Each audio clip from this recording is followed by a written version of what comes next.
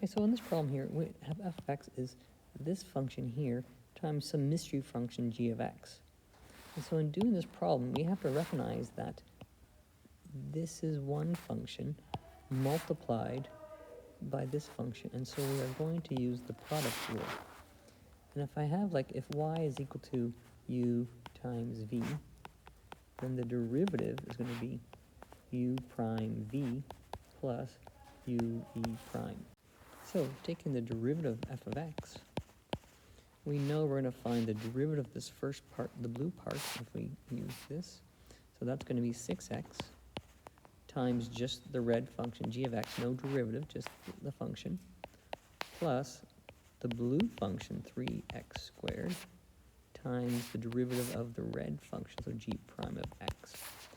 And we're going to find it when f prime at 1. So we substitute 1 into our function, so it's 6 times 1 times g at 1 plus 1 plus 3, 1 squared times g prime at 1. Well, that's 6. If we use our information here, g at 1 is 2. So it's times 2 plus, well, this calculation is going to be 4 times g prime at 1. Well, g prime at 1 is equal to 5. Is 5. So it's 8 plus 20, which is 28.